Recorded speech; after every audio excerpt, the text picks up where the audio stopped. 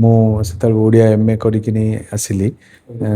ତାପରେ ଆଜ୍ଞା ବାଣୀବିହାରରେ କରିକି ଆସିଲି। ତାପରେ ମୁଁ PhD କରିବା ପାଇଁ ଚେଷ୍ଟା କରିଥିଲି, ଗୋଟେ ଥେସିସ୍ ପରେ ଆଉ ପ୍ରିପେୟାର ହେଇପାରିଲିନି ଏଇ ଯାତ୍ରା ଭିତରେ ପଶିକି। ତ ନାହିଁ ଦଣ୍ଡମୁକ୍ତ ଅଞ୍ଚଳ ଭଳିଆ ଏଠି ତ ଦଣ୍ଡମୁକ୍ତ ହେଇଯାଇଛି, ଯୋଉଠି ମନ ଇଚ୍ଛା ଏଭଳିଆ କଳା ଅଛି। ଯେ କଳାକାର କଣ ଅକ୍ଷର ଜାଣିନଥିବା କିଛି ଆସିଯାଇଛନ୍ତି, ଯିଏ ଆସୁଛି ସିଏ କେବଳ ଚେଷ୍ଟା କରୁଛି ମୋ ପଇସା ଗଣ୍ଡାକ ମୁଁ ନେବି। ପ୍ରଥମେ ଆଗେ ସେ ଲବି କରିବ, ମୁଁ ଯଦି ଅଧିକା ପଇସା ପାଇବି, ଅଧିକା ପଇସା ପାଇଲେ ମୁଁ ଗୋଟେ ବଡ଼ ଆର୍ଟିଷ୍ଟ ବୋଲି ଗଣିତ ହେବି। ମୁଁ ଦର୍ଶକଙ୍କୁ ବି ଅନୁରୋଧ କରିବି, ଆପଣମାନେ ଭଲ କଳାକାର ବାଛନ୍ତୁ। ଆପଣମାନେ ସେ ପୁରୁଣା ମୋହରେ ପଡ଼ନ୍ତୁ ନାହିଁ। ପୁରୁଣା କଳାକାର, ବହୁତ ଦିନର କଳାକାର, ସେ ମୋଟା ପେଟା ବୁଢ଼ା, ସେମାନଙ୍କୁ ବୁଢ଼ୀ ଏମାନଙ୍କୁ ସବୁ ବିଦାୟ ଦିଅନ୍ତୁ। ମାଲିକମାନେ ଯେଉଁ 10-12 ଜଣ ଅଛନ୍ତି ତାଙ୍କରି ପଛରେ ମାନେ ବାଡ଼ାବାଡ଼ି ହେଉଛନ୍ତି। ଆଜି ମାନେ ଯିଏ 20 ଦରମା ପାଉଛି ତାକୁ 40 ଦରମା କରିକି ନେଇଯାଉଛନ୍ତି। ସିଏ ଶୁଣିଲା ପରେ କହିବ, ହେ ତମେ ଥିରି କାହିଁ କହିଲ, ଇଏ କାହିଁ କହିଲ, ତମେ କାହିଁ ଥଙ୍ଗ ଥଙ୍ଗ ହେଇ କହୁଛ। ମାନେ ଯାହା ବି କହିବ ସେ ଗାଇଡ଼ କରନ୍ତି। ସେଇଟା ହେଉଛି ଆଜ୍ଞା ମୋର ଗୋଟେ ଡାଇରେକ୍ଟର ସିଏ। ବିଶ୍ୱାସ କରିବେନି, ଓଡ଼ିଶାରେ ବୋଧେ 20-30 କୋଟିପତିଙ୍କ ଦ୍ୱାରସ୍ଥ ହେଇଛି ଯେ ଗୋଟେ ଯାତ୍ରାପାଟି କରିବାକୁ। ସାଧାରଣ ଭାବରେ ମୋତେ ବିଶ୍ୱାସ କେହି କଲେନି। କାହିଁକି କଲେନି? ଯେ ମୁଁ ଜଣେ ଆର୍ଟିଷ୍ଟ ଗୋଟେ ପରିଚାଳକ ହେବି କେମିତି? ବଢ଼ିଆ ସ୍ୱାଗତ ଯୋଗ୍ୟ। ସେ କିନ୍ତୁ ଏତେ ବୟସର ନୁହେଁ, ତାଠୁ ଅଧିକା ବୟସର ଝିଅମାନେ ହିରୋଇନ୍ କରୁଛନ୍ତି। ଆମେ ଲାଭ କ୍ଷତି ବିଷୟରେ ତ ବହୁତ ଆଲୋଚନା କଲେ। ଆପଣ ଏତେ ବର୍ଷ ଧରିକି ଏଠି ଅଛନ୍ତି, ତ ଆପଣ ମାଲିକଙ୍କୁ ଲାଭ ଦେଇଛନ୍ତି ନା କ୍ଷତି ଦେଇଛନ୍ତି? ତାର କାରଣ ହେଉଛି ମୁଁ ଅନୁଭବ ସେଠି କରେ ଯେ ଗୋଟେ କମିଟି କେତେ ଲସ୍ ଦେଇପାରିବ। ସେଠି ଟିକେ କାଶି ଦେଲେ ବି ଆଉ ଗୋଟେ ଦର୍ଶକ ତା ପାଟିରେ ଗାମଛା ଦେଇଦେବ, କହିବ ଯାଅ ସେ ବାହାରେ କାଶିକି ଆସିବ।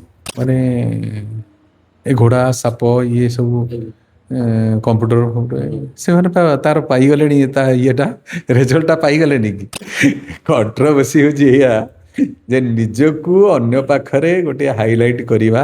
କିଏ ଶିଖେଇ ଦେଲା, ଚେୟାରଟେ ପକେଇଦେବେ, ପାଣି ବୋଟଲଟେ ପକେଇଦେବେ। ବେନିଫିଟ୍ ଗୋଟେ ଭିକ ମାଗୁଛି, ଆପଣ ଏମିତି ଆପଣ ସ୍ତ୍ରୀ କି ସୁନାହାର ଦେଇଥିଲେ, ତାକୁ ସୁନାହାର ଗୋଟେ ଦେଇଦେବେ। ମନୋଜ ନାୟକ, ଯାତ୍ରା ଇନ୍ଦ୍ରଭୁବନର ମୁଖ୍ୟ ପରିଚାଳକ। ସାର୍ ଇନ୍ଦ୍ରଭୁବନରେ ଆପଣ କେତେ ବର୍ଷ ହେଲାଣି ପରିଚାଳକ ଭାବରେ ଅଛନ୍ତି? ଯାତ୍ରା ଇନ୍ଦ୍ରଭୁବନରେ 11 ବର୍ଷ ଚାଲିଲା ମୋର ଏଠି କଣ୍ଟିନ୍ୟୁ କରୁଛନ୍ତି କଣ୍ଟିନ୍ୟୁ। ଆପଣ? ଏହା ପୂର୍ବରୁ ମୁଁ ବିଶ୍ୱ ରଙ୍ଗମହଲ ବୋଲି ଗୋଟେ ଆରମ୍ଭ କରିଥିଲି। ମୋ ଯାତ୍ରା ଜୀବନର ପରିଚାଳନାର ପ୍ରଥମ ପାର୍ଟି ହେଉଛି ବିଶ୍ୱ ରଙ୍ଗମହଲ, ଯାହା ଡକ୍ଟର କ୍ଷୀରୋଦ ମଲ୍ଲିକଙ୍କ ଦ୍ୱାରା ପ୍ରଯୋଜନାରେ ହେଇଥିଲା। ସେଠି 3 ବର୍ଷ ପରେ ତାଙ୍କର ଗୋଟେ ପରିସ୍ଥିତି ପାଇଁ ସେ ପାର୍ଟିକୁ ସେଲ୍ କରିଦେଲେ। ସେଇଠୁ ମୁଁ ଆସିକି ଏଠି ଯାତ୍ରା ଇନ୍ଦ୍ରଭୁବନ କଲି, ଯାତ୍ରା ଗାଁ ବୋଲି କଲି, ଯାହା ଦର୍ଶକ ମାନେ ଜାଣିଛନ୍ତି ଏବଂ ସାରା ଓଡ଼ିଶା ବି ଜାଣିଛି। ଯେଉଁ ପାର୍ଟି ହେଇଛି ଏକ ସ୍ୱତନ୍ତ୍ର ନୂଆ ଇନୋଭେଟେଡ଼ରେ ହେଇଛି। ଦର୍ଶକମାନେ ଯେତେବେଳେ ମୁହଁ ଫେରାଉଥିଲେ ଯାତ୍ରାରୁ, ସେତେବେଳେ ବିଶ୍ୱ ରଙ୍ଗମହଲ ସୃଷ୍ଟି ହେଲା ଏବଂ ତାର ସବୁ ପ୍ରକାର କାର୍ଯ୍ୟକ୍ରମ ଲୋକମାନଙ୍କୁ ଏତେ ଆଦୃତ କରିଥିଲା, ଯାହାକି ଯାତ୍ରାକୁ ପୁଣି ଫେରି ଆସିଲେ ଏବଂ ତାକୁ ସମସ୍ତେ, ପ୍ରାୟ ମୁଁ ଗର୍ବର ସହିତ କହିବି ଯେ ତାପରେ ସମସ୍ତେ ତାକୁ ହିଁ ଫଲୋ କଲେ। ସେଇ ଷ୍ଟିଲ୍ ଜିନିଷ ହଉ, ସେଇ ଲାଇଟ୍ ହଉ, ବା ନାଟକୀୟତା ହଉ, ମେଲୋଡ଼ିରେ ସଂସ୍କାର ହଉ, ସବୁକିଛି ପୁଣି ସେଇ ପରିବର୍ତ୍ତନକୁ ଆସିଛି। ସେଇଥିପାଇଁ ଖୁସି ଲାଗେ। ସାର୍ ଯେ ଯାତ୍ରା କଥା କହିବେ, ଆଉ ଟୋଟାଲ କେତେ ବର୍ଷ ହେଲାଣି ଆପଣ ପରିଚାଳକ ଭାବରେ? ପରିଚାଳକ ତ ମୋର 15 ବର୍ଷ। ତା ଦେହରେ ବି ଆରମ୍ଭ କେମିତି ହେଇଥିଲା, ମାନେ ଯାତ୍ରା ଯାତ୍ରା ପ୍ରତି କାହିଁକି ଆଜ୍ଞା ଆଗ୍ରହ ଆସିଲା? ଶୁଣନ୍ତୁ, ଯାତ୍ରା ରିଏଲି ମୁଁ ଗାଁରେ ଡ୍ରାମା କରିବାକୁ ଭାରି ଭଲ ଲାଗୁଥିଲା। ମୋ ଯାତ୍ରା ଜୀବନରେ ଗାଁଟା କୋଉଠି ସାର୍? ଗାଁ ହେଉଛି ଆମର ଯାଜପୁର ଜିଲ୍ଲା ବିଞ୍ଝାରପୁର ଥାନା ରୁଦ୍ରପୁର ଗ୍ରାମ। ସେତେବେଳେ ମୁଁ ଡ୍ରାମା 9 ବର୍ଷରୁ ଷ୍ଟାର୍ଟ କଲି ଗୋଟେ ଶିଶୁ କଲ୍ୟାଣ ଚରିତ୍ରରେ ଏବଂ ପରେ ପରେ ତାପରେ ମୁଁ ସ୍କୁଲରେ ଡ୍ରାମା କରିବା, ଗାଁରେ ବୁଲିକିନି ଡ୍ରାମା କରିବା, ଏତେ ମୋର କଳା ପ୍ରତି ଗୋଟେ ନଜର ଲାଗିଯାଇଥିଲା। ମୁଁ ଯାତ୍ରା କରିବା ପାଇଁ ମୁଁ ପ୍ରାୟ ସମସ୍ତଙ୍କୁ ଇଏ କରୁଥିଲି, ଇଣ୍ଟରେଷ୍ଟ କରୁଥିଲି ଏବଂ ପରେ ଯେ ମୁଁ ଯାତ୍ରା ବାଲା ହେଇଯିବି ସେ କଥା ମୁଁ ଆଜି ଅନୁଭବ କରୁଛି, ଯାହାକି ମୋତେ ଗୋଟେ ଦିଗ ବଦଳେଇ ଦେଇଥିଲା। କାହିଁକିନା ମୁଁ ଆପଣଙ୍କୁ କହୁଛି 1995 ମସିହାରେ ପାଠପଢ଼ା ଛାଡ଼ିଲା ପରେ ମୁଁ ସାର୍ ଯେତେବେଳେ ବହୁତ ଲୋକଙ୍କୁ ଆମେ ଶୁଣିଛୁ ଯେ ଯାତ୍ରା ପାଇଁ ସେମାନେ ପାଠ ପଢା ବହୁତ କମ ବୟସରୁ ପାଠ ଛାଡିକି ନେଇ ପଳେଇ ଆସନ୍ତି ଯାତ୍ରା ପାଟିକୁ। ଆଜ୍ଞା ଆପଣଙ୍କର ଲାଇଫରେ କେମିତି ହେଇଥିଲା? ମୋ ଯାତ୍ରାକୁ ପଶିଲା ବେଳେ ହୁଏତ ମୁଁ ଥିଲି ସବୁଠୁ ଏଜୁକେଟେଡ଼। ସେତେବେଳେ ମୋ ଯାତ୍ରା ଜୀବନରେ ଆଉ କିଛି ନଥିଲେ। ମୁଁ ସେତେବେଳେ ଓଡ଼ିଆ MA କରିକିନି ଆସିଲି। ଓଡ଼ିଆ ତାପରେ MA କରିକି ଯାତ୍ରାକୁ ଆଜ୍ଞା ଆସିଲେ? ବାଣୀବିହାରରେ କରିକି ଆସିଲି। ତାପରେ ମୁଁ PhD କରିବା ପାଇଁ ଚେଷ୍ଟା କରିଥିଲି, ଗୋଟେ ଥେସିସ୍ ପରେ ଆଉ ପ୍ରିପେୟାର ହେଇପାରିଲିନି ଏଇ ଯାତ୍ରା ଭିତରେ ପଶିକି। ପର ମୁହୂର୍ତ୍ତରେ ଯାତ୍ରାକୁ ମୁଁ ନିଜର କରିଦେଲି ଏଇଥିପାଇଁ, ସେ ତ ଗୋଟେ କଳାର ଯେମିତି ଟୀକା ଲାଗିଯାଏ ସେମିତି ଲାଗିଗଲା ଏବଂ ଯାତ୍ରାକୁ ଲୋକ ପସନ୍ଦ କଲେ ଯେ ହଁ ଇଏ ଯାତ୍ରାରେ କିଛି କରିପାରିବ, ସେଇଥିପାଇଁ ମୁଁ ଅଭିନୟ କଲି। ତା ପୂର୍ବରୁ ଆପଣ ଘରର ଆର୍ଥିକ ପରିସ୍ଥିତି ବହୁତ ଖରାପ ଥିଲା, ଯେଉଁଥିପାଇଁ ମୁଁ ଗୋଟେ ବିଏସ୍ଏଫ୍ରେ ଚାକିରି କରିକିରି ଟ୍ରେନିଂରେ ଥିଲି। 3 ମାସ ପରେ ମୋର ଟିକେ ଗୋଡ଼ ଫ୍ରାକ୍ଚର ହେଇଗଲା। ମୁଁ ରହିପାରିଥାନ୍ତି, କିଛି ଅସୁବିଧା ନାହିଁ, କିନ୍ତୁ ମୁଁ ଗୋଟେ ଏତେ ମାନସିକ ସ୍ତରରେ ଇଏ ହେଲି, ମୁଁ ଗାଁ ଡ୍ରାମା ମୋତେ ଯେମିତି ଡାକିଲା ମୁଁ ସେଠୁ ଛାଡ଼ିକି ପଳେଇ ଆସିଲି। ଆସିକି ତାପରେ ତ ଯାତ୍ରାରେ ପଶିଗଲି। ସାର୍ ଆପଣ କହୁଛନ୍ତି MA କରିଥିଲେ, PhD କରିଥାନ୍ତେ, ଏପଟେ BSF ଯାଇଥିଲେ ଆପଣ, ତ କଣ ଏମିତି କଣ ମାନେ ଥିଲା ଯାତ୍ରାରେ ଯୋଉଟା କି ଯାତ୍ରାକୁ ଆପଣ ଏତେ ଆକୃଷ୍ଟ? ପ୍ରକୃତରେ ସେତେବେଳେ ଯାତ୍ରାରେ ଗୋଟେ କଳା ଥିଲା, ମାନେ ଯିଏ ଯାତ୍ରାକୁ ଆସୁଥିଲା କିଛି ଶିଖିବାର ମନୋବୃତ୍ତି ଥିଲା। ପ୍ରଫେସନାଲ ଯାତ୍ରାକୁ ସେତେବେଳେ କେବେ ଜଣେ ମାନେ ଗୋଟେ ଆର୍ଥିକ ମାନଦଣ୍ଡ ନେଇନଥିଲା ଯେ ପଇସା ରୋଜଗାର କରିବି, ସେ ମାନସିକତା ନଥିଲା। ପ୍ରାୟ ଯାତ୍ରା ଥିଲା ଆମେ ଯିବୁ ଯାତ୍ରାକୁ ଏବଂ ଯାତ୍ରାରେ ଗୋଟେ ନାଁ କରିବୁ। ଏବଂ ସେତେବେଳେ ବହୁ ପରିଶ୍ରମ ଥିଲା, ମାନେ ଟ୍ରକ୍ ଉପରେ ବସିକି ଯିବା, କୌଣସି ଗୁହାଳରେ ବି ହେଁସ ପାରି ଶୋଇବା ଏବଂ ଚୂଡ଼ା ମୁଢ଼ି ଖାଇକିନି ଇଏ କରିବା। ସେଥିରୁ କିଛି ଗୋଟିଏ 2 ବର୍ଷ ମୁଁ ଅନୁଭବ କରିଛି। ଏବଂ ଯେଉଁମାନେ ଥିଲେ ଶିଖଉଥିଲେ ସେମାନେ ମୋତେ ମାଡ଼ ମାରିବା, ଡ୍ୟାନ୍ସରେ ମାଡ଼ ମାରିବା, ଏ ଜିନିଷଟି ଆମେ ଅନୁଭବ, ଏବେ ତ ନାହିଁ, ଦଣ୍ଡମୁକ୍ତ ଅଞ୍ଚଳ ଭଳିଆ ଏଠି ତ ଦଣ୍ଡମୁକ୍ତ ହେଇଯାଇଛି, ଯେଉଁଠି ମନ ଇଚ୍ଛା ଏଭଳିଆ କଳା ଅଛି। ଯେ କଳାକାର କନ ଅକ୍ଷର ଜାଣିନଥିବା କିଛି ଆସିଯାଇଛନ୍ତି, ଯେଉଁଥିପାଇଁ କି ଯାତ୍ରାର ମାନ କମି ଯାଉଛି, ଦର୍ଶକ ମାନଙ୍କ ପାଖରୁ ଲୋକ ମାନେ ଯାତ୍ରାର ଫେରି ଯାଉଛି। କାରଣ ଯେ ଦେଖନ୍ତୁ, ଆପଣ ଓଡ଼ିଆ ସିନେମା ଚଳଚ୍ଚିତ୍ର ଲୋକଙ୍କଠୁ ଦୂରେଇ ଗଲା। ଆପଣ ଏ ସମୟ ବି ଆସିବ, ଆଉ ଖୁବ୍ କମ୍ ଦିନ ଭିତରେ ଯାତ୍ରା ବି ଫେରିଯିବ। କାହିଁକିନା ଯାତ୍ରା କେବଳ ଲୁଟିବାର ସଂସ୍ଥା ହେଇଯାଇଛି, ମାଧ୍ୟମ ହେଇଯାଇଛି। ଆଉ ମୋଟେ ମନୋରଞ୍ଜନର ସଂସ୍ଥା ନୁହେଁ। ଯିଏ ଆସୁଛି ସିଏ କେବଳ ଚେଷ୍ଟା କରୁଛି ମୋ ପଇସା ଗଣ୍ଡାକ ମୁଁ ନେବି। ପ୍ରଥମେ ଆଗେ ସେ ଲବି କରିବ, ମୁଁ ଯଦି ଅଧିକା ପଇସା ପାଇବି, ଅଧିକା ପଇସା ପାଇଲେ ମୁଁ ଗୋଟେ ବଡ଼ ଆର୍ଟିଷ୍ଟ ବୋଲି ଗଣିତ ହେବି। ଏବଂ ପରେ ଆସିକିନି ସେ ଆଗେ କହିବ ଯେ ମୁଁ ଭଲ ରୋଲ୍ଟିଏ ପାଇବି।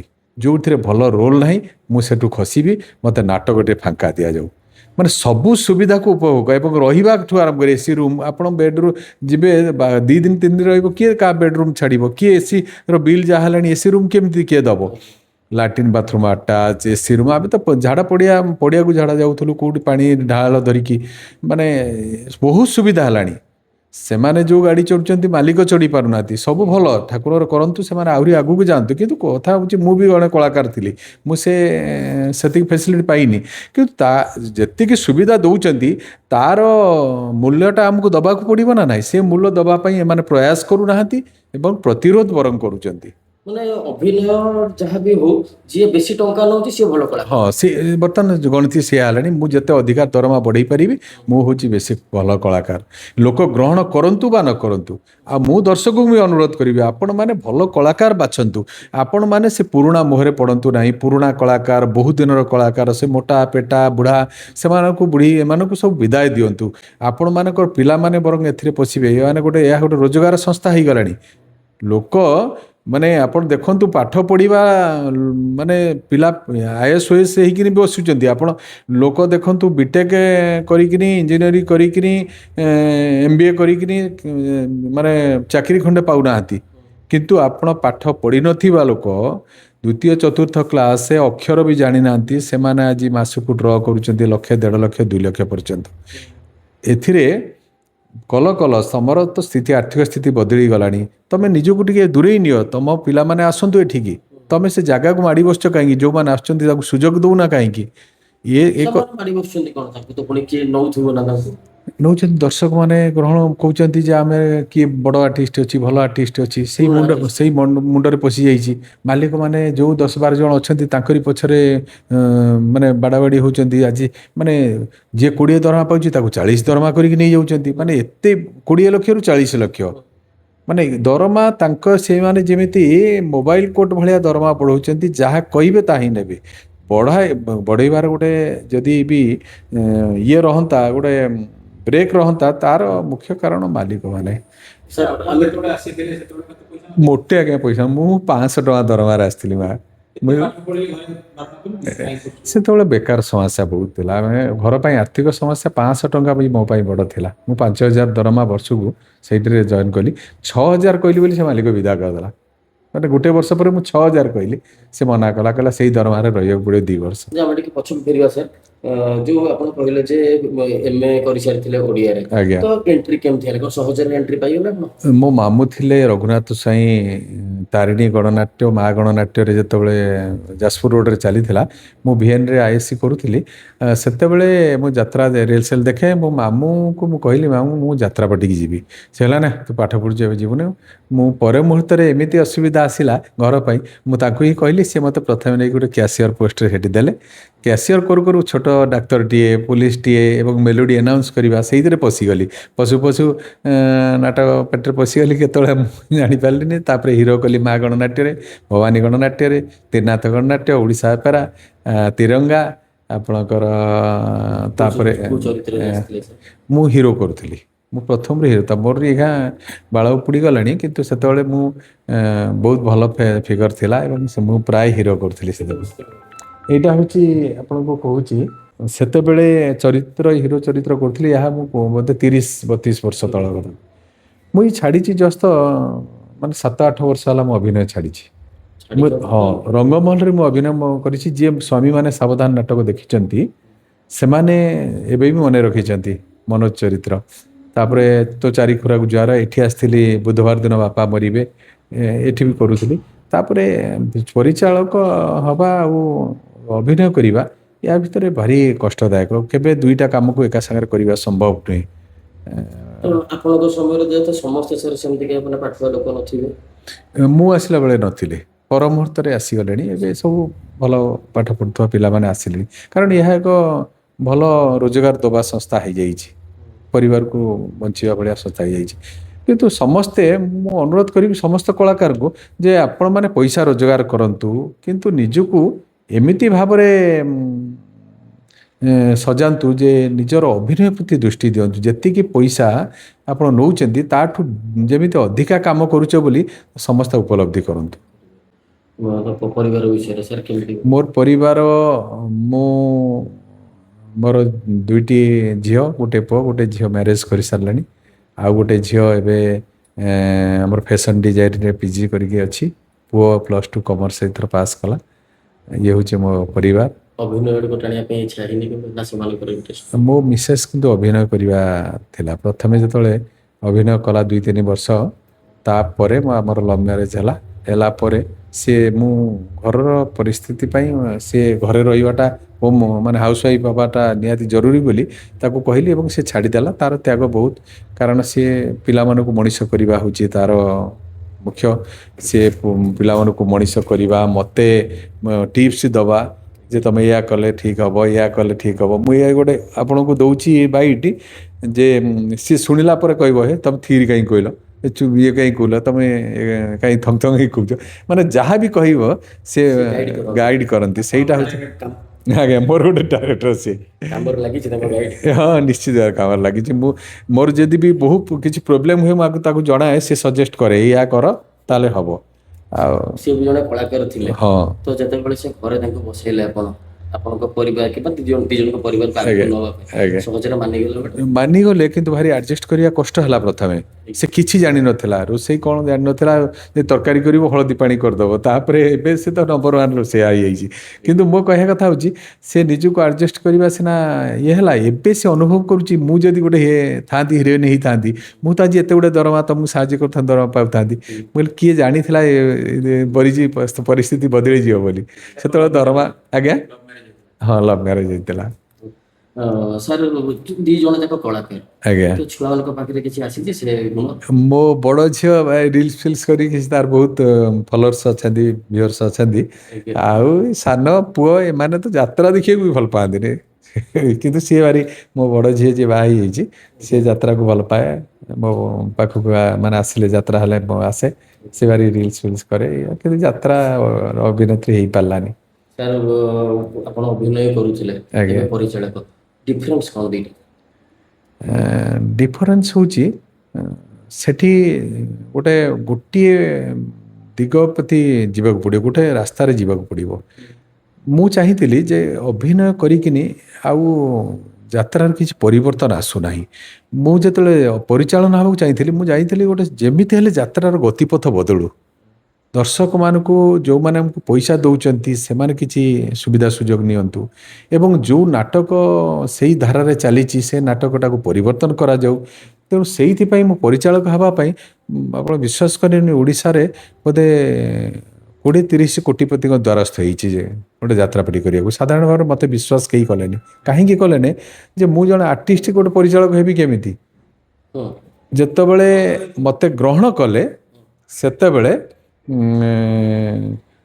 ସେ ହେଉଛନ୍ତି ଜଣେ ପ୍ରଥମେ ଆମର ଚଳଚ୍ଚିତ୍ର ପ୍ରଯୋଜକ ଅନାମ ସାହୁ ବୋଲି ସିଏ ଲକ୍ଷ୍ମୀ ପୂଜା ରଙ୍ଗମଲ କଲେ ତାକୁ ବି ଡାଇଭର୍ଟ ଲୋକ କରିଦେଲେ।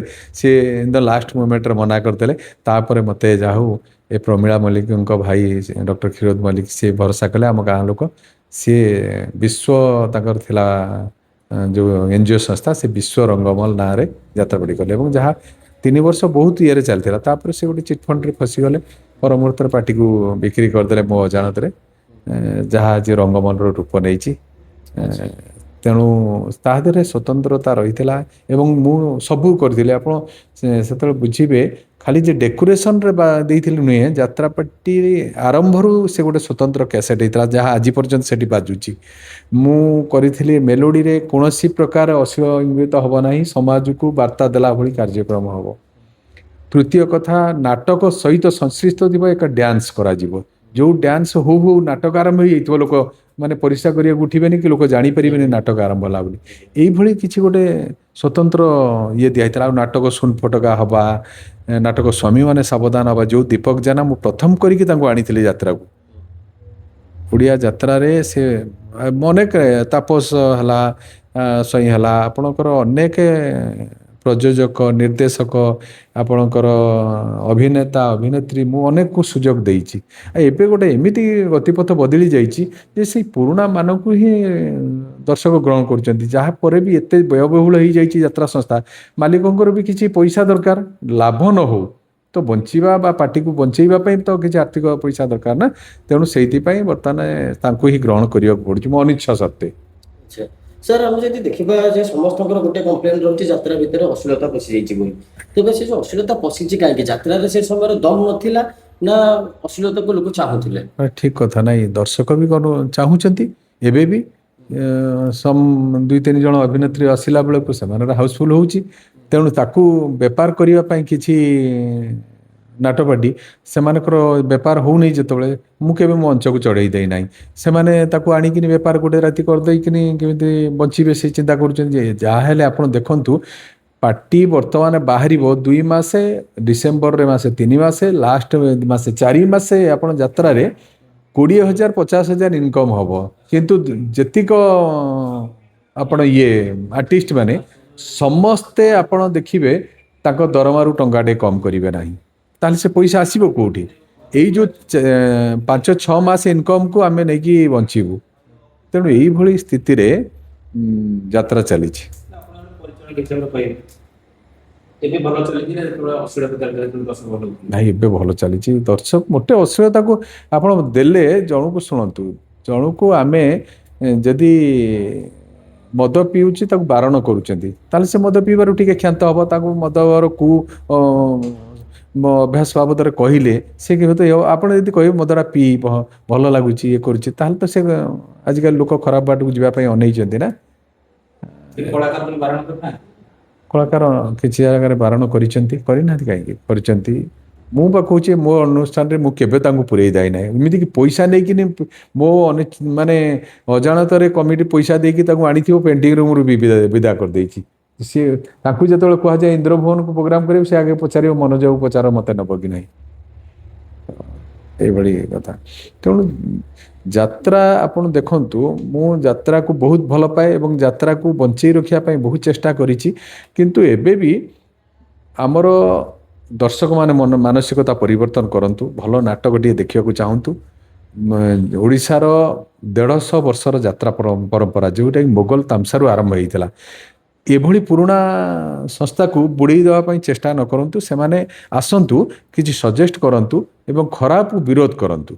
ଭାଇରାଲ କିମ୍ବା ଭାଇରସ ଭିତରେ ସେମାନେ ମାନେ ଗ୍ରହଣ କରନ୍ତୁ ନାହିଁ। ଇଏ ଗୋଟେ କଥା। ଦ୍ୱିତୀୟ କଥା କମିଟି ବନ୍ଧୁମାନେ ସେମାନେ ଗୋଟେ ଭଲ ପରଫର୍ମାନ୍ସ ଦେଉଥିବା ଭଲ ସଂସ୍ଥାଟାକୁ ଚୁଜ୍ କରନ୍ତୁ ଏବଂ ସେମାନେ ଗୋଟେ ସଂଗଠନ କରିକି ମୂଲ୍ୟ ନିର୍ଦ୍ଧାରଣ କରନ୍ତୁ ଯେ କେଉଁ ପାର୍ଟିକୁ ଆମେ ଏତିକି ପଇସା ଆମ ପାର୍ଟିକୁ ଦେଲେ ଆମେ ବଞ୍ଚିବୁ ପ୍ଲସ୍ ମାଲିକ ବଞ୍ଚିବ। ତାହାପରେ ମାଲିକମାନେ ସଚେତନ ହେଇଯିବେ। ଆଜି ମାଲିକ 4.5 ଲକ୍ଷ ଟଙ୍କା କଲେଣି। ଆପଣ ଦେଖନ୍ତୁ ଗୋଟେ କମିଟି 4.5 ଲକ୍ଷ ପର ଡେ ଦେଲେ 4 ଦିନ ଯାତ୍ରା କଲେ ତାଙ୍କୁ କେତେ ହେଉଛି ମାନେ 14 ଲକ୍ଷ ଟଙ୍କାକୁ ଦେବାକୁ ପଡ଼ୁଛି। ଆପଣ ହାଉସଫୁଲ୍ ଦେଖିଦେଲେ ସେମାନେ କହିବେ 6 ଲକ୍ଷ 7 ଲକ୍ଷ। ଯେଉଁ କମିଟି ଲୋକ କୁହନ୍ତି ସେମାନେ ମିଛ କୁହନ୍ତି। କାହିଁକି କୁହନ୍ତି ନା ଆଜି 6-7 ଲକ୍ଷ କହିଦେଲେ କାଲି ଦର୍ଶକ ଏତେ ଇନକମ୍ ହେଉଛି ଚାଲ ଯିବା ଦେଖିବା ପାଇଁ। କିନ୍ତୁ ପ୍ରକୃତରେ ଏତେ ହେବନି। ଆପଣ 2000 2500 ଚେୟାର ପକେଇଲେ 2000 ଚେୟାର ବିକିଥିବେ। 2000 ଯଦି 300 ଟଙ୍କା ଟିକେଟ୍ ପରି 6 ଲକ୍ଷ ଟଙ୍କା ହେଉଛି।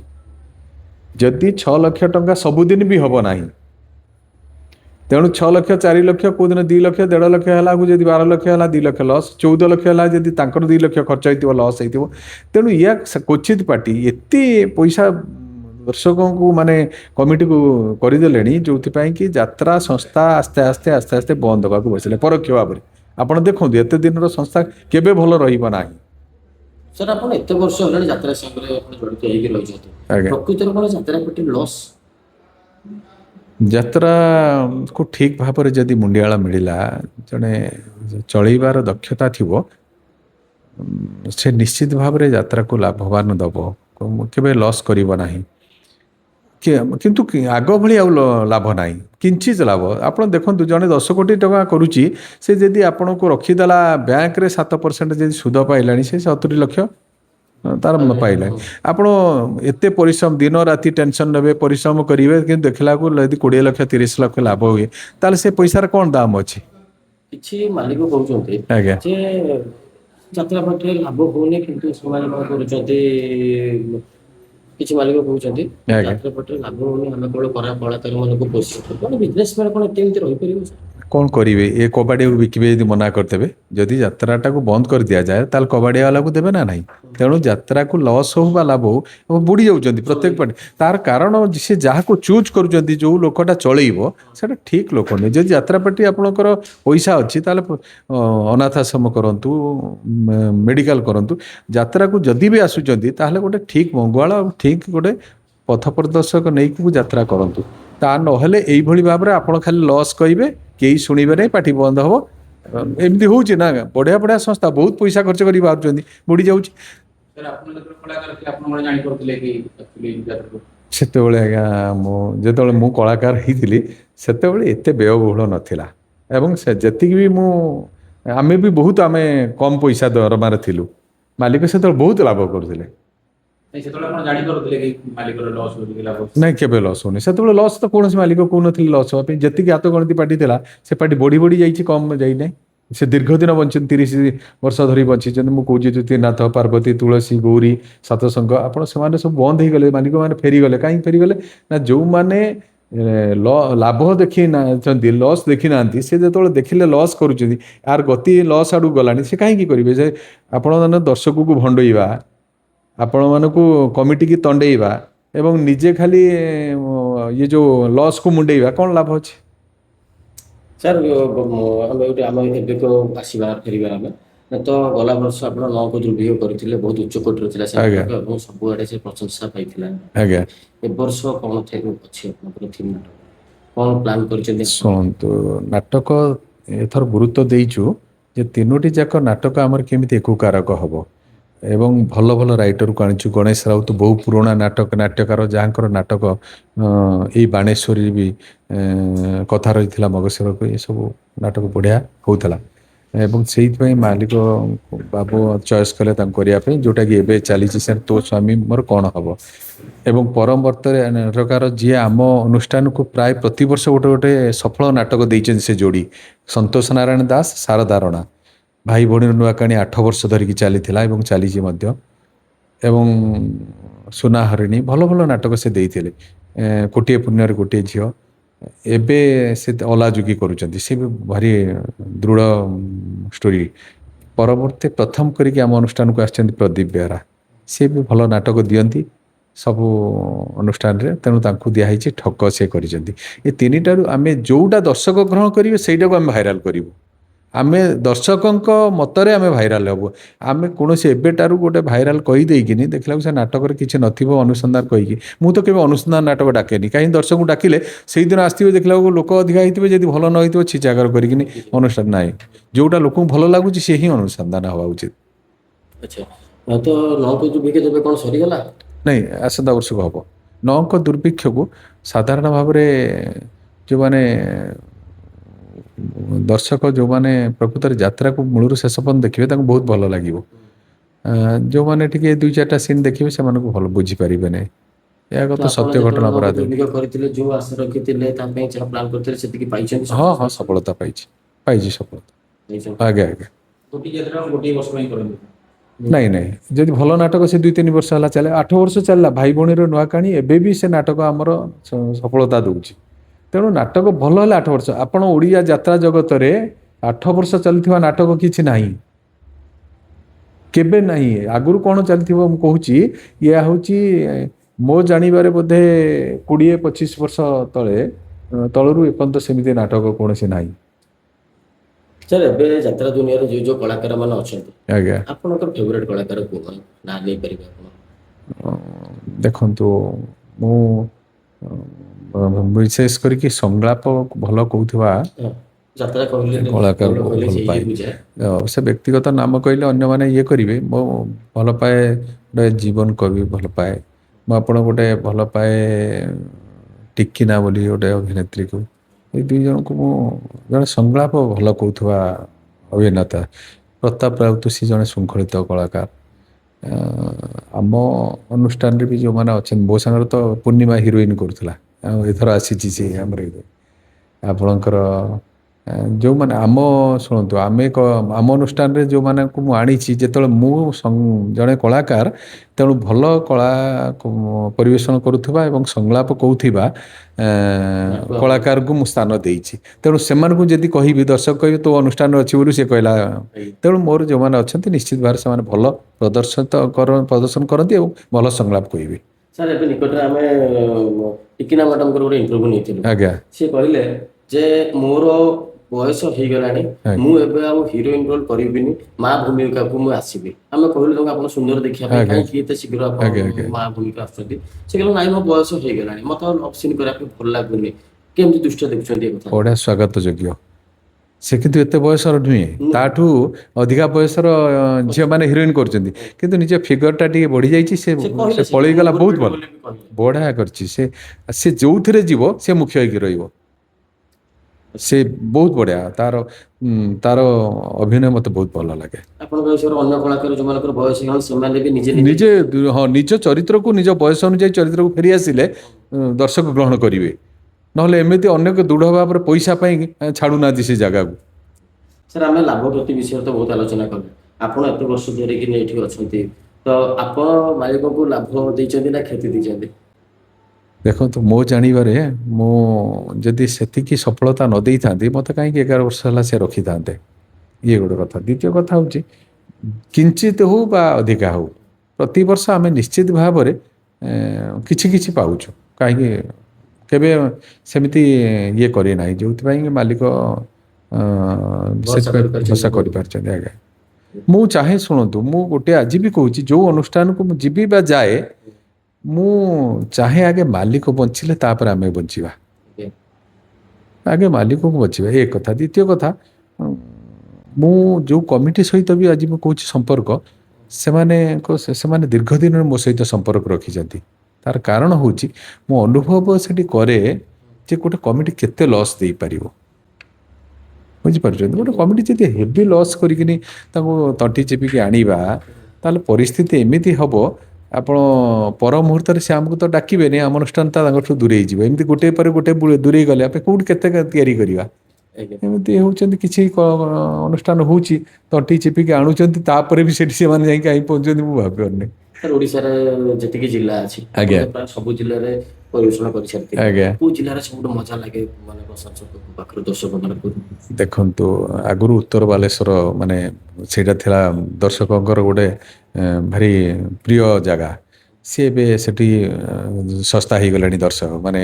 ଦର୍ଶକ ସନ୍ଧ୍ୟା ଶୋ କରିବା ସେଠି ଟିକେ କାଶି ଦେଲେ ବି ଆଉ ଗୋଟେ ଦର୍ଶକ ତା ପାଟିରେ ଗାମଛା ଦେଇଦବ କହିବ ଯାଅ ସେ ବାହାରେ କାଶିକି ଆସିବୁ ଆଗରୁ ମାନେ ଏତେ ସ୍ପିଡ୍ ଅଫ୍ ସାଇଲେଣ୍ଟ ସେଠି ଯେତେ କଳାକାର ଯେତେ ଅଭିନୟରେ ପାରଦର୍ଶିତା ଥାଉ ତା ଡାଇଲଗ ଘୋଷିଥାଉ ସେଠି ଯେମିତି ରିହର୍ସାଲ କଲା ଭଳିଆ ଖାତା ଦେଖିକି ଯାଏ ଗୋଟିଏ ଯେ ଅକ୍ଷର ତାର ଏପଟ ସେପଟ ହେଇଗଲା ନା ସେ ହୋ ହୋ କହିକିନି କହି ପଳା ପଳା ବୋଲି ତାମାନେ ଏତେ ସେମାନେ ନିଖୁଣ ଭାବରେ ଦେଖୁଥିଲେ ଏବେ ସେ ନାହିଁ ସେଠି ଏବେ କହିଲେ ଯାତ୍ରା ଭଲ ଲାଗୁଛି ଆପଣଙ୍କ ଏଇ ଭୁବନେଶ୍ୱର ଏରିଆ ହେଲା କଟକ ଏରିଆ ହେଲା ପୁରୀ ଏରିଆ ହେଲା ଭଲ ଲାଗୁଛି ସେମାନେ ବୁଝିପାରନ୍ତି ଗ୍ରହଣ ହଁ କଳାକାର। ନିହାତି ଯାଜପୁର ଏଠି ଭାରି ସ୍ପିଡ ଭଦ୍ରକ ଭଦ୍ରକ ଏସବୁ ଏଇ କୋଷ୍ଟାଲ ଏରିଆରେ ଭାରି ଗୋଟେ ଅଭିନୟ କରିବା ପାଇଁ କଳାକାରକୁ ତ ନିଶ୍ଚିତ ଭାବରେ ପ୍ରପର୍ଟିସର ବହୁତ ଆବଶ୍ୟକତା ରହେ ଆଜ୍ଞା ଏବେ ଆଜିକାଲି ଦେଖିବାକୁ ମିଳୁଛି ଯେ ଜିଅନ୍ତା ପ୍ରପର୍ଟିସ୍ କିଛି ଲୋକ ୟୁଜ୍ କରୁଛନ୍ତି ତାକୁ ଆପଣ କେମିତି ଦୃଷ୍ଟିରେ ଦେଖନ୍ତି? ମାନେ ଏ ଘୋଡ଼ା ସାପ ଇଏ ସବୁ କମ୍ପ୍ୟୁଟର ସେମାନେ ତାର ପାଇଗଲେଣି ତା ଇଏଟା ରେଜଲ୍ଟଟା ପାଇଗଲେଣି କି ଯଦି ତାହା ଲୋକ ଗ୍ରହଣ କରୁଥାନ୍ତେ ତାହେଲେ ଆପଣ ନିଜେ ଅନୁଭବ କରନ୍ତି ସେମାନେ ଗୋଟିଏ ବର୍ଷ ଭିତରେ ସେ କେତେ ଲସ୍ କରିଛନ୍ତି କେତେ ଲାଭ କରିଛନ୍ତି ସେ ଲୋକ ଗ୍ରହଣ କରିବେ ନାହିଁ ତାକୁ ଗ୍ରହଣ କରିବେ ନାହିଁ ବର୍ତ୍ତମାନ ଆଉ ଗୋଟେ କ'ଣ ହେଲା ନା ଏଲଇଡି ସୁଟିଂ କରିକିନି ଯେଉଁ କରିବା ଦେଖନ୍ତୁ ଆମେ ଦର୍ଶକ କେବଳ ଯାତ୍ରା ଦେଖିବାକୁ ଆସନ୍ତି ଜିଅନ୍ତା ଅଭିନୟ ପୁରା ଇଏ ଦେଖିବା ଯେଉଁ ଅଭିନୟକୁ ଲୋକମାନେ ପୁରା ପ୍ରତ୍ୟକ୍ଷ ଭାବରେ ଦେଖିବେ ଆଉ ତାକୁ ଯଦି ପରୋକ୍ଷ ଧର୍ମୀ କରିଦେବା ସେଇ ଚଳଚ୍ଚିତ୍ର ଆଡ଼କୁ ଟାଣି ନେବା ତାହେଲେ ଲୋକ ବାଧ୍ୟ ହେଇକିନି ଦୂରେଇ ଯିବେ କ'ଣ first stage second stage third stage ଆଉ ରନିଂ ଷ୍ଟେଜ ଗୋଟେ ଏମିତି ଥାଏ ହଁ ଥିଲା ହଁ ଥିଲା ତ ଆଜ୍ଞା ଏବେ ସେ ଲାଷ୍ଟଟାକୁ ମାନେ ଭିଡିଓ କରିଦଉଛନ୍ତି। ଭିଡ଼ିଓ କରିଦେଲେ ସେ ସୁଟିଂ ଫୁଟିଂ କରିକି ଇଏ କଲେଣି ସିଏ ଲୋକକୁ ଗ୍ରହଣ କରିବେ ନାହିଁ ମାନ ଖସି ଯାଉଛି ହଁ ନିଶ୍ଚିତ ଭାବରେ ଖସିଯାଉଛି ସେତେବେଳେ ଫାଇଟିଂ କରିବା ପାଇଁ ଗୋଟେ ହିରୋକୁ ଫାଇଟିଂ ଶିଖିବାକୁ ପଡ଼ିଥିଲା ଡ୍ୟାନ୍ସ କରିବାକୁ ଡ୍ୟାନ୍ସ ଜାଣିନାହାନ୍ତି ଯେତେବେଳେ ସେଠି ଯାଇକି ନାଚଟାକୁ ଦେଖେଇ ଦେଉଛନ୍ତି ସେଥିରେ ଷ୍ଟେଜରେ ତାକୁ 3D କରିକି ଆପଣ ଫାଇଟିଂ ଜାଣିନାହାନ୍ତି ସେଠି ଗୋଟେ ଇଏ କରିଦେଇକି ସେମିତି କରୁଛନ୍ତି ତେଣୁ ଅଭିନୟ କେବେ ଯେତେବେଳେ ପରୋକ୍ଷ ଧର୍ମୀ ହେଇଯିବ ଯାତ୍ରା ତାହା କେବେ ବଞ୍ଚି ରହିପାରିବନି ଆଜ୍ଞା ସାର୍ ଶେଷ ପ୍ରଶ୍ନ ଆଜ୍ଞା ଆପଣ କହିଲେ ଯେ ଆଗରୁ ଯେତିକି ଏଜୁକେଟେଡ୍ ଲୋକ ଯାତ୍ରାକୁ ଆସୁଥିଲେ ତାଠୁ ବହୁତ ଅଧିକ ସଂଖ୍ୟାରେ ଏବେ ଆସୁଛନ୍ତି ମାଲିକ ପାଖରୁ ନେଇକି ମ୍ୟାନେଜର ହୁଅନ୍ତୁ କଳାକାର ହୁଅନ୍ତୁ କିନ୍ତୁ ଏବେ ଦେଖିବାକୁ ମିଳୁଛି ଅଶ୍ଳୀଳତା ତ କମି ଆସିଲାଣି କିନ୍ତୁ ନିଜ ନିଜ ଭିତରେ ଗାଳି ଗୁଲଜ ହଉଛନ୍ତି କଣ୍ଟ୍ରୋଭର୍ସି କଣ୍ଟ୍ରୋଭର୍ସି ହଉଛନ୍ତି କଣ୍ଟ୍ରୋଭର୍ସିଟା କ'ଣ ଆକ୍ଚୁଆଲି? କଣ୍ଟ୍ରୋଭର୍ସି ହେଉଛି ଏଇଆ ଯେ ନିଜକୁ ଅନ୍ୟ ପାଖରେ ଗୋଟେ ହାଇଲାଇଟ୍ କରିବା ନିଜ ଅନୁଷ୍ଠାନ କାଳେ ହାଇଲାଇଟ୍ ହେଇଯିବ କି ମାନେ ଏମିତି ଭାବରେ ସେ କଣ୍ଟ୍ରୋଭର୍ସିଟାକୁ ନେଲେଣି ମାନେ ସ୍ୱାମୀ ସ୍ତ୍ରୀ ରାତିରେ ମାନେ ଗୋଟେ ଜାଗାରେ ରହିବେ ଦିନରେ ଛଡ଼ାଛଡ଼ି ହେଇଯାଉଛନ୍ତି ଇଏ ବି କାଳେ ହେଉଛି ଆମେ ଶୁଣିବାକୁ ପାଉଛୁ କିଏ ଭାଷା ଅଭାଷା କହିକିନି ବି ଇଏ ହେଉଛି ଅତି ନିନ୍ଦନୀୟ ଯାତ୍ରାର ମାନକୁ ସେମାନେ ମାନେ ନ କଲେ ଏମିତି ପରିବର୍ତ୍ତନ ସେ ଜାଣୁନାହାନ୍ତି ନିଜ ଗୋଡ଼କୁ ନିଜେ କୁରାଢ଼ି ମାରୁଛନ୍ତି ବୋଲି ଏ ଯାତ୍ରା ସେମିତି ଚାଲିବ ନାହିଁ ୟା ଦ୍ୱାରା କ'ଣ ଗୋଟେ ଦି ଦିନର ଭାଇରାଲରେ ତାଙ୍କ ନାଟକ ହିଟ୍ ହେଇଥାଇପାରେ କିନ୍ତୁ ଏଟା ଆଗକୁ ଯିବ କି ନାଇଁ କେବେ ଯିବନି ଆପଣ ଯଦି ଯାଉଥାନ୍ତେ କେବେ ଛାତରେ ହାତ ବାଡ଼େଇ କେଉଁ ମାଲିକ କହିବ କେଉଁ କଳାକାର କହିବ ମୁଁ ଭାଇରାଲ ହେଲା ପରେ ଯେଉଁ ନାଟକ ମଞ୍ଚସ୍ଥ କରିଛି ସେ ନାଟକ 7 ବର୍ଷ କ'ଣ 3 ବର୍ଷ ଚଲେଇକି ଦେଖିବା ଲୋ ଦର୍ଶକ ଗ୍ରହଣ କରୁଛନ୍ତି କି ନାହିଁ କେବେ ନୁହେଁ ଆଜ୍ଞା ସୁନା ସୁନା ଖାଦ ଖାଦ ହେଇକିନି ରହିବ ଆଉ ଯାତ୍ରାକୁ ଆପଣମାନଙ୍କର ଯେଉଁ ଆସିଛନ୍ତି ଯେଉଁ ମିଡ଼ିଆ ଭାଇମାନେ ପ୍ରବେଶ କରିଛନ୍ତି ଆମେ ସ୍ୱାଗତ କରୁଛୁ ଯେ ଆପଣ ପ୍ରକୃତରେ ସେ କଣ୍ଟ୍ରୋଭର୍ସିଟାକୁ ଅଲଗା ରୂପ ନ ଦିଅନ୍ତୁ ପ୍ରକୃତରେ ସତଟାକୁ ବାହାରକୁ ଆଣନ୍ତୁ ଯେଉଁଥିରେ କି ସେମାନେ ଅପମାନିତ ହେବେ ପର ମୁହୂର୍ତ୍ତରେ ସେମାନେ ନିଜକୁ ସଂଯତ କରିବେ ନାହିଁ ଯାତ୍ରା ସେଇଆ ନୁହେଁ ସାର୍ ଏବେ ତ ଆପଣଙ୍କର ଆଖଡ଼ା ଚାଲିଛି ଆହୁରି ଆଗକୁ ମଧ୍ୟ ବହି ଗୁଡ଼ିକ ଆପଣଙ୍କର ବିଜିଏମ୍ ଫାଇନାଲ ବିଜିଏମ୍ ହବ ଆମେ ବହି ବାବଦରେ ଆଉ ଦିନେ କେତେବେଳେ ଇଣ୍ଟରଭ୍ୟୁଟେ କରିବା କିନ୍ତୁ ଏବେ ଆପଣଙ୍କ ଦର୍ଶକମାନଙ୍କୁ କ'ଣ କହିବେ ଦର୍ଶକ ବନ୍ଧୁମାନଙ୍କୁ ମୁଁ ଅନୁରୋଧ କରିବି ଯେ ହେ ଦର୍ଶକ ବନ୍ଧୁମାନେ ଆପଣମାନେ ଯାତ୍ରାକୁ ଯେମିତି 150 ବର୍ଷ ହେଲା ଭଲ ପାଇ ଆସୁଛନ୍ତି ମାନ୍ୟତା ଦେଉଛନ୍ତି ଏବଂ ସେଇଭଳି ଭାବରେ ନିଜର ମାନସିକତାକୁ ପରିବର୍ତ୍ତନ କରନ୍ତୁ ଗୋଟେ ସୁନ୍ଦର ନାଟକକୁ ଆପଣମାନେ ଆହ୍ୱାନ କରନ୍ତୁ ଗୋଟେ ସୁନ୍ଦର ଅନୁଷ୍ଠାନ ଯିଏକି ସବୁ ସର୍ବାଙ୍ଗେ ସୁନ୍ଦର ହେଇଥିବ ସେଥିରେ କିଏ ଆର୍ଟିଷ୍ଟ ଅଛନ୍ତି ଆଖି ନଜର ହେଉଥିବେ କିନ୍ତୁ ଯିଏ ବି ଆର୍ଟିଷ୍ଟ ଥିବ ସିଏ ଠିକ୍ କରୁଛି କି ନାହିଁ ତାକୁ ଆପଣମାନେ ଗ୍ରହଣ କରନ୍ତୁ ଆଉ ଉତ୍ସାହିତ କରନ୍ତୁ ଯଦି ଭଲ କରୁନାହିଁ ତାକୁ ଆପଣମାନେ ଆସିକିନି ଗ୍ରୀନ୍ ରୁମ୍ରେ ଜଣାନ୍ତୁ ଏବଂ ପର ମୁହୂର୍ତ୍ତରେ ତାକୁ ବିରୋଧ ବି କରନ୍ତୁ ଆଉ ଅଯଥା କଣ୍ଟ୍ରୋଭର୍ସି କରିବେ ଆପଣଙ୍କୁ କିଏ ଶିଖେଇ ଦେଲା ଚେୟାରଟେ ପକାଇଦେବେ ପାଣି ବୋଟଲଟେ ପକାଇଦେବେ ବେନିଫିଟ୍ ଗୋଟେ ଭିକ ମାଗୁଛି ଆପଣ ଏମିତି ଆପଣ ସ୍ତ୍ରୀ କି ସୁନାହାର ଦେଇଥିଲେ ତାକୁ ସୁନାହାର ଗୋଟେ ଦେଇଦେବେ ଆପଣ 100 1000 2000 ଟଙ୍କା ଦେଇ ଦେଉଛନ୍ତି ଖାଲି ଗୋଟେ ମିଡ଼ିଆରେ ଆମେ ହାଇଲାଇଟ୍ ହେବୁ ଆପଣ ଚିନ୍ତା କଲେ ସେ ଜିନିଷରୁ ଦୂରେଇ ରୁହନ୍ତୁ। ଆପଣ ପ୍ରକୃତରେ ଯେତିକି ପଇସା ଦେଖୁଛନ୍ତି ଦେଇକି ଆସୁଛନ୍ତି ସେତିକି ହିଁ ଆମ ପାଇଁ ମୂଲ୍ୟବାନ। ସେଇ ପଇସାଟା କେମିତି ଉଠୁଛି କି ନାହିଁ ସେଇଟା ପ୍ରତି ଆପଣମାନେ ଗୁରୁତ୍ୱ ଦିଅନ୍ତୁ, ତାହେଲେ ଯାତ୍ରା ବଞ୍ଚିବ। ଆପଣ ଅଭିନୟ କରିବା ପାଇଁ ଡରିବେ ସମସ୍ତେ, ଆଉ ଆପଣମାନେ ସେଇ ଦର୍ଶକ ଦେବତା ହେଇକି ସବୁବେଳେ ହିଁ ରହିବେ। ଧନ୍ୟବାଦ ସାର୍। ନମସ୍କାର।